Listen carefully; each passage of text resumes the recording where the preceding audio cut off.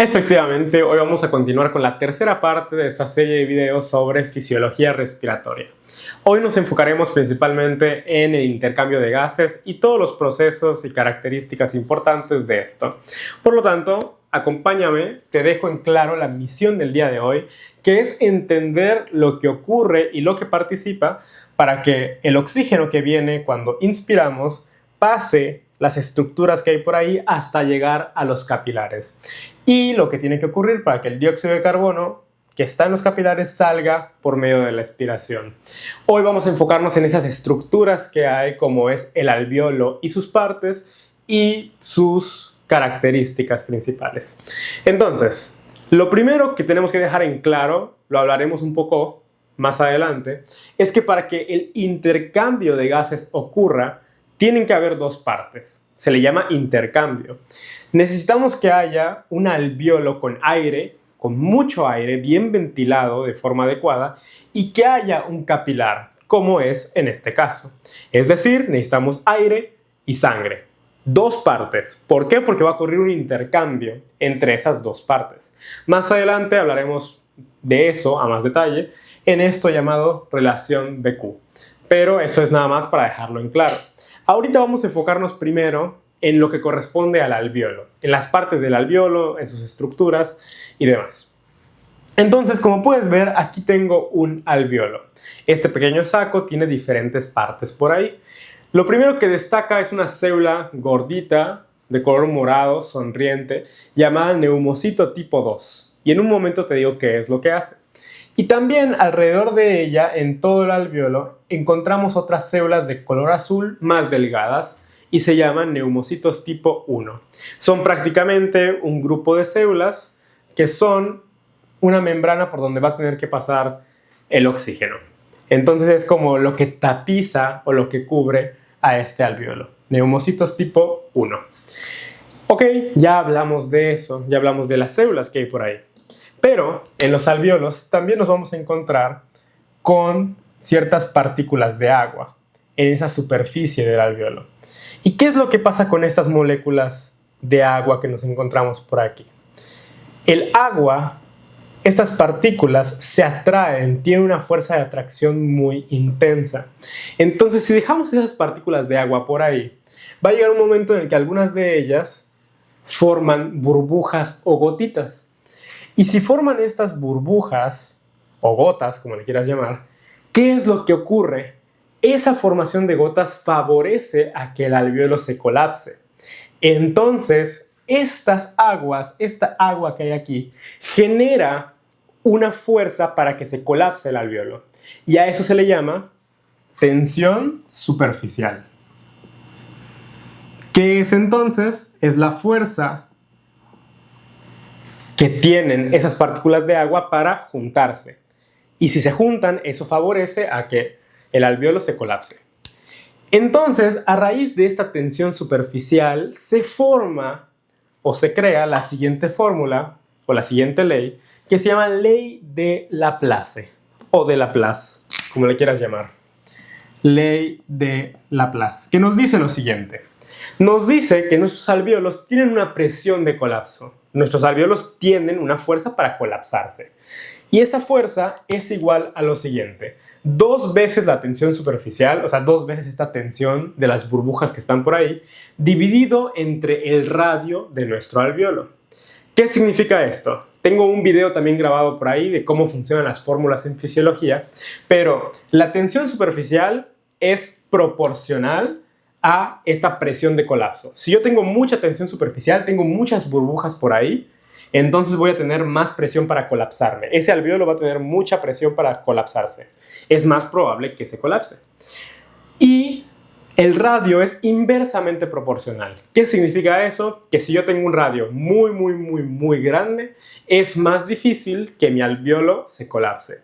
Por el contrario, si yo tengo un radio muy pequeño, mi alvéolo es pequeñito, es más probable que ese alvéolo tienda a colapsarse. ¿Ok? Bueno, entonces vamos a tratar de ver de una forma más gráfica todo esto. Aquí tengo estos dos alvéolos de aquí. Y vamos a ignorar por un momento lo de la tensión superficial. Vamos a dejarlo ahí. Vamos a dejar que hay burbujas por ahí y ya está. Lo que nos damos cuenta es que este alveolo, que tiene un radio más pequeño, es un alveolo más pequeño que este de aquí, tiene una presión de colapso mayor. Por su simple naturaleza, por su tamaño, solamente por esto de aquí, favorece a que ese alveolo se colapse. Mientras que este alveolo grande, como es tan grande, no se ve tan afectado por esto de la tensión superficial y es más difícil que ese alveolo colapse. Y ahí se cumple esto del radio que veníamos platicando.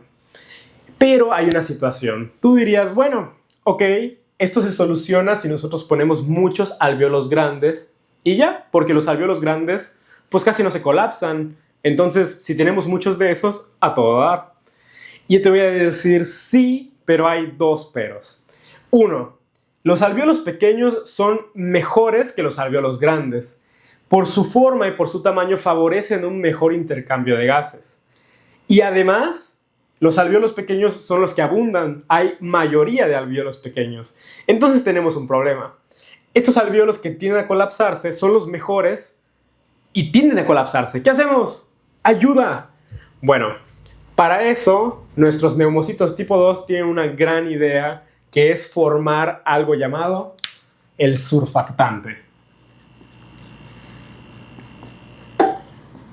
Y este surfactante va a ser la solución a todos nuestros problemas. ¿Por qué este alveolo grande no es tan bueno? Porque al ser tan grande, está el aire por aquí. Y lo que nos importa del alveolo es esta región de acá. La región que está cercana a la sangre. Entonces, esta región cercana a la sangre es buena, ¿ok? Hay intercambio. Pero todo este aire que está aquí en el centro se pierde. Es como un espacio muerto, es como aire que no sirve. Por lo tanto, un alveolo pequeño es godines, es joya. ¿Por qué? Porque no hay tanto aire inservible en el centro. Por eso el alveolo pequeño es mejor. Ahora, te decía, para mantenerlo abierto vamos a necesitar de algo llamado el surfactante.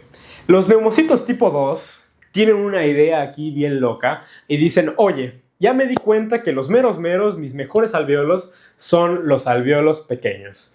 Entonces necesitamos mantener los alveolos pequeños abiertos, porque si se colapsan no nos sirven. Ok, vamos a producir esta cosa llamada surfactante. Y prácticamente es una mezcla, no se sabe muy bien de qué está hecha, pero se sabe que esa mezcla tiene un fosfolípido llamado me va a costar un poco decirlo, dipalmitoil fosfatidilcolina. Lo dije, un aplauso para mí. Esa cosa, o el DPPC, también se la llama así, esa cosa, ese fosfolípido, es muy importante para que estos alveolos pequeños no se colapsen. Y vamos a ver ahora cómo funciona. Lo que vamos a hacer es que este neumocito tipo 2, produce surfactante. El surfactante que tiene este dipalmitoil fosfatidilcolina. El surfactante entonces es un fosfolípido que se va a pegar a esta región de las partículas de agua de la siguiente forma y va a ir cubriendo a las partículas de agua. Y de esta manera, al cubrirlos, al ponerle a cada molécula de agua que está por ahí, cuando le ponemos este surfactante, ya se unió a algo, ya se unió al fosfolípido. Entonces ya no se une a las otras moléculas de agua que hay por ahí y ya no se forman esas burbujas. Y por lo tanto, ya no se colapsa el alveolo. Y tú dirás, Julián, no entendí nada. Ok, vamos a verlo de una forma más amigable, o como yo lo entendí. Yo imagino que todas estas bolitas azules de agua son niños. Y los niños, cuando están juntos, quieren estar juntos los unos a los otros. Quieren acercarse, quieren jugar, quieren estar distraídos, quieren golpearse y todo eso. Si tuviéramos niños corriendo por ahí, se juntarían los unos a los otros y estarían muy juntos hasta que este espacio se cierre, se colapsaría. ¿Qué es lo que vamos a hacer entonces? El neumocito de tipo 2 dice, ok, hay muchos niños, yo no quiero que se acerquen tanto, no quiero que colapsen, vamos a darle una paletita a estos niños. De esta manera se van a entretener con su paleta y ya no van a querer jugar con los demás. Entonces les damos una paletita a todos y todos tienen una paletita y entonces ya no van a estar chocando los unos a los otros. A las moléculas de agua les pusimos un surfactante y ahora ya no se juntan las aguas, ya no se forman esas burbujas y ya no colapsan. Entonces, eso de ahí, eso es la función del surfactante. Espero que haya quedado claro. Dudas, preguntas, puedes dejarlo en los comentarios. Entonces, ya dejamos en claro que estos alvéolos son mejores, son God, y además de que son God, son los más abundantes. Cuando nosotros ponemos surfactante, entonces, vamos a ponerle a este alvéolo pequeño, vamos a ponerle surfactante. Cuando le ponemos surfactante, la tensión superficial deja de ser así, la presión de colapso que formaban las burbujas y todo esto, deja de ser de ese tamaño y se vuelve más pequeña. Ya no tiene tanta presión de colapso, ya no se forman esas burbujas. La tensión superficial que antes estaba muy elevada ya no es tanto. ¿Por qué? Porque ahora hay un surfactante que evita que se formen burbujas. Perfecto, me alegra que eso haya quedado claro. Vamos con el siguiente punto de esta clase. Vamos a enfocarnos en, ahora sí, el intercambio de gases y todo lo que tiene que participar. Lo que ocurre, vamos a empezar a hablar un poco del oxígeno, es que cuando respiramos, el oxígeno entra a los alvéolos. ¿Ok? ¿Queda claro? Entra a los alvéolos. Y ahora el oxígeno tiene que pasar desde los alvéolos hasta el capilar. Recordemos que tiene que haber sangre. Y entonces vamos a ver la fórmula que se llama ley de Fick, que nos dice las propiedades importantes. Aquí hay 4 factores que se relacionan con el intercambio de gases, con lo que tiene que ocurrir para que el oxígeno pase. Y nos dice lo siguiente. Nos dice que el intercambio de gases es la diferencia en la presión parcial de un gas multiplicado por el coeficiente de difusión del gas por el área de superficie del alvéolo dividido entre el grosor de la membrana de intercambio. Y tú dirás, ¿qué? No entendí nada. Y yo te diré, bueno, me pasó lo mismo cuando lo leí la primera vez, pero vamos a platicarlo con más calma. ¿Qué es lo primero que nos dice? Como en todo intercambio, como todo flujo, como todo movimiento de partículas, para que algo se mueva de un lado a otro, tiene que haber un gradiente, tiene que haber una diferencia. Por lo tanto, para que el oxígeno se mueva de un lado a otro, tiene que haber una diferencia en la presión de oxígeno. Tiene que haber mucho oxígeno aquí y poco aquí para que el oxígeno se mueva en una dirección. Si aquí tengo mucho oxígeno y aquí también, no va a haber intercambio, no se va a mover de un lado a otro. No va a haber esa difusión. Entonces, vamos a ver las características, paso por paso. Primero, esto lo veremos un poco más detalle en la siguiente clase, pero lo importante a decir ahorita es que los gases que están por ahí generan una presión. Aquí tengo mucho oxígeno que está por ahí, se está moviendo, está viajando por allá, están haciendo mucho movimiento y ese movimiento genera una presión que se llama presión parcial. En este caso, como hablamos de oxígeno, se llama presión parcial de oxígeno. ¿Qué es esto de la presión parcial de oxígeno? Es la cantidad de oxígeno que hay en un sitio. Si yo tengo muchos oxígenos aquí, estos oxígenos van a empezar a moverse y van a generar una presión alveolar, una presión parcial alveolar de oxígeno alta, en este caso de 100. Por el contrario, en esta sangre que viene prácticamente de la parte venosa y que viene aquí hasta el capilar, no hay tanto oxígeno. ¿Por qué? Porque el oxígeno se quedó en los tejidos. Ya no hay tanto oxígeno. Y nos damos cuenta que como tiene menos, esta cantidad de oxígeno más pequeña, de color naranja, simplemente genera una presión parcial de 40. Su presión parcial de esta sangre capilar es de 40. Entonces, la primera regla, lo primero de lo que estamos hablando, sí se cumple, que es un gradiente. Hay un gradiente entre lo que hay en el alvéolo, que es 100. Hay tanto oxígeno por ahí que se genera una presión en el alvéolo de 100. Y aquí en el capilar hay una de 40. Entonces sí hay un gradiente. Cumplimos con esto de aquí que se llama gradiente de presión parcial. Eso sí hay. Perfecto, increíble. Luego, lo siguiente que me dictamina, el siguiente factor, también tiene que ver con el gas y se le llama coeficiente de difusión del gas. ¿Qué tanto el gas puede pasar de un lado a otro? Esto de que depende. Si el gas es pequeñito y es muy soluble y se mueve muy fácil, entonces eso hace que sea más fácil de moverse de un lado a otro. Si el gas es un poco más gordito, menos soluble y le cuesta pasar de un lado a otro, entonces dificulta un poco el proceso. Por ejemplo, el dióxido de carbono es 20 veces más soluble, se mueve más rápido de un lado a otro que el oxígeno.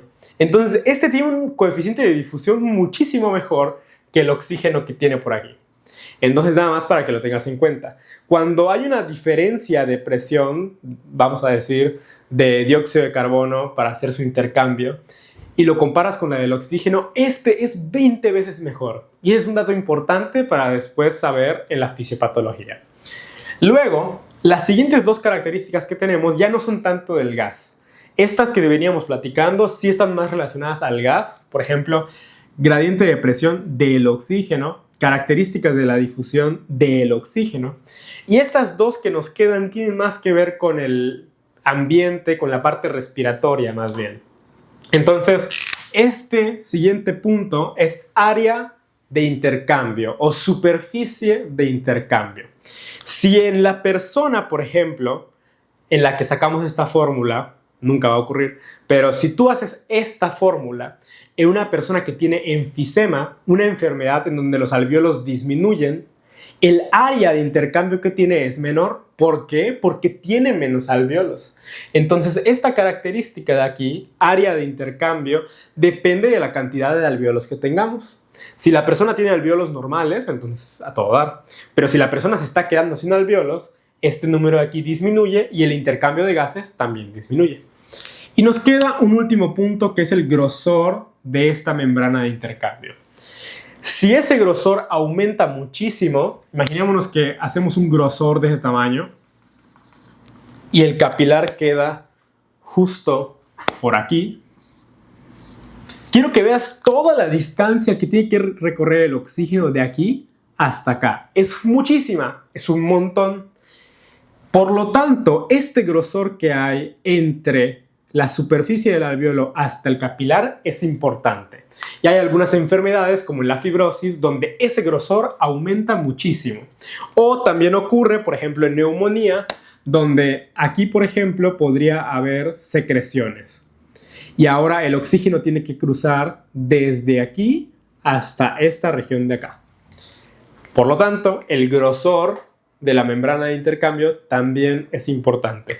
4 características son las que participan en la ley de Fick, en esta fórmula para el intercambio de gases. 2 de ellas están relacionadas al gas, a las características del gas, y estas 2 de acá están relacionadas al ambiente o a las características de la parte respiratoria. Estas 2 que puse de café están relacionadas a la parte respiratoria como tal. La persona tiene fibrosis y tiene muy fibrosado todos sus alvéolos y se ve más o menos así. Ok, su grosor está aumentado. O la persona tiene enfisema, se está quedando sin alvéolos, entonces el área de intercambio se ve disminuida. Y así es como funciona. Eso de ahí son los 4 factores que participan para el intercambio de gases. Si hiciéramos con el dióxido de carbono, nos daríamos cuenta de lo siguiente. Primero, hay un gradiente de presión. Vamos a ver. Aquí, en esta sangre capilar, que viene de la parte venosa, tiene 46 de presión de dióxido de carbono. Y aquí en los alvéolos hay 0. O sea, está muy favorable. Sí hay gradiente. Se cumple. Características del gas. El dióxido de carbono, como te decía, se difunde mucho. Tiene una característica para difundirse muy, muy buena. Se cumple también esa propiedad y va a lograr intercambiarse de forma adecuada. Siguiente, ¿la persona en cuestión tiene un área de intercambio correcta? Sí, no tiene ninguna enfermedad. Perfecto. ¿Y el grosor de la membrana es correcto? Sí, es normal. No tiene algo que le esté creciendo por ahí, no tiene fibrosis, no tiene nada. Perfecto. Entonces se cumplen también las características. En condiciones normales, el oxígeno entra porque se cumple todo eso, y el dióxido de carbono también sale porque se cumplen las características de ahí. Ok, y vamos a terminar con esto que se le llama relación BQ o relación ventilación-perfusión. La V representa la ventilación Y la Q representa la perfusión. Y vamos a ver los diferentes escenarios que existen, porque existen varios. Primer escenario, ventilación. Sí hay una buena ventilación, pero como puedes ver aquí, el capilar está tapado. Tiene una embolia aquí, hay un trombo que está tapando esto y la sangre no puede pasar. Prácticamente de ventilación sí hay, pero en la perfusión hay cero, no hay. Esto de aquí se le llama espacio muerto. ¿Por qué espacio muerto? Porque es un espacio de aire que está muerto. No, no es cierto. Porque es un espacio de aire que no se está utilizando. Como te decía, para que haya un intercambio, para que esto funcione, necesitamos aire y sangre. Y en este caso solo hay aire. Ese espacio de aire es un espacio que no sirve. Espacio muerto. Siguiente escenario. Sí hay sangre, a todo dar, nos encontramos con sangre, pero el alvéolo está colapsado. El niño se comió un carrito de juguete y está tapando su alvéolo. Entonces aquí hay cero de ventilación, pero sí hay una perfusión adecuada. Y eso se le llama cortocircuito.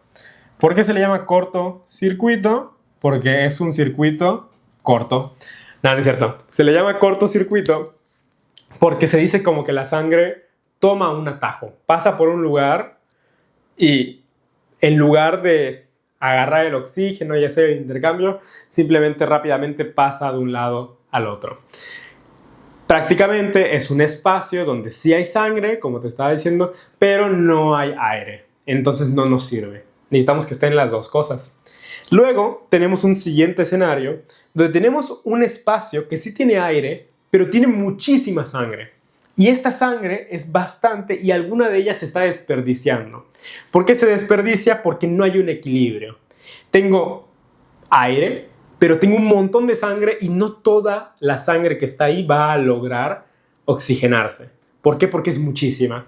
Y aunque aquí tenga todo mi alvéolo lleno de oxígeno, no va a ser suficiente, porque la sangre es un montón. Y último escenario. Tengo 3 alvéolos ahí, bien llenos de aire, muchísima ventilación, pero tengo una perfusión muy poquita. Entonces, esto de aquí también es un problema, porque el aire va a ser un montón y la sangre no va a lograr ser suficiente para hacer el equilibrio. ¿Cuál es el escenario ideal? Ya te platiqué de 4 escenarios. El último escenario es el ideal, donde hay una cantidad de ventilación y una cantidad de perfusión adecuada. Hay un equilibrio entre las dos. La ventilación, como puedes ver, aquí está del mismo tamaño que la perfusión y eso es lo correcto. Ya después, en algunas patologías, vamos a ver escenarios como este, o quizá como estos de acá, que son los más comunes. Los más comunes son estos dos. Pero lo ideal en el individuo sano suele ser esto de aquí. Ahora, puede ser que hayas dicho, wow, me revolvió un poco, como que no entendí, no me quedó muy claro, no entiendo qué es lo que está pasando. Tranquilo, vamos a terminar esta clase con un buen ejemplo, a ver si eso te ayuda a resolver esa idea. Esto yo lo entiendo como hacer una fiesta, ¿ok? Vas a hacer una fiesta y vas a comprar diferentes comidas y aperitivos por ahí para la gente. Entonces tú compras sabritas, refrescos, compras de todo. Si compras todo eso y no va nadie, tienes un montón de cosas solo para ti y no hay nadie que las reciba. Eso es un problema. Este de aquí. Escenario contrario. Tú dices, no creo que venga nadie, no creo que al final no creo que nadie vaya a venir, como que no platicamos muy bien, nadie se puso de acuerdo. Pues nadie va a venir, no voy a comprar nada. No compras nada y viene un chorro de gente. Todas las personas vienen y no tienes nada para darles. Nada. Eso es un cortocircuito. O sea, no hay sangre para el alvéolo. Siguientes escenarios. Estos son los escenarios más comunes, como te decía. Que hagas una fiesta, viene gente y viene más de la gente que pensabas, entonces sí compraste cosas, sí compraste comida, pero no fue suficiente. Hay muchas personas por ahí que no tienen que comer porque pensaste que vendrían menos personas. Y hay otro escenario en el que dices, bueno, es que van a venir mis amigos de allá lejos, va a venir este otro, voy a comprar mucha comida. Y sí viene gente, pero no tanta, entonces te sobra comida. ¿Cuál es el escenario ideal? Efectivamente, que la cantidad de comida que compraste sea una cantidad adecuada para la gente que va a venir. Y con ese ejemplo, espero que haya quedado un poquito más claro, así es como yo lo entendí en su momento. Entonces, bueno, eso es lo que teníamos que abarcar el día de hoy. Nada más para que tengas en cuenta, hoy platicamos de todo lo que participa para que ocurra un adecuado intercambio de gases. Dejamos muy en claro que lo correcto es que haya aire y que haya sangre en cantidades correctas. También hablamos de las propiedades de los alvéolos que se colapsan y todo esto, y cómo corregirlo. Vimos la importancia del surfactante, vimos cuál es el componente importante del surfactante llamado dipalmitoil, fosfatidilcolina, y también vimos que los alvéolos pequeños son God. También remontamos por ahí la ley de Fick, que son los 4 factores importantes que participan para el intercambio, ahora sí, bien establecido el intercambio de gases. Y bueno, eso fue todo lo que vimos por hoy. Nos falta un tema o una clase que abarca el transporte de gases de un lado a otro en nuestro cuerpo.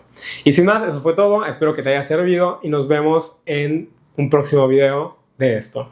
Adiós.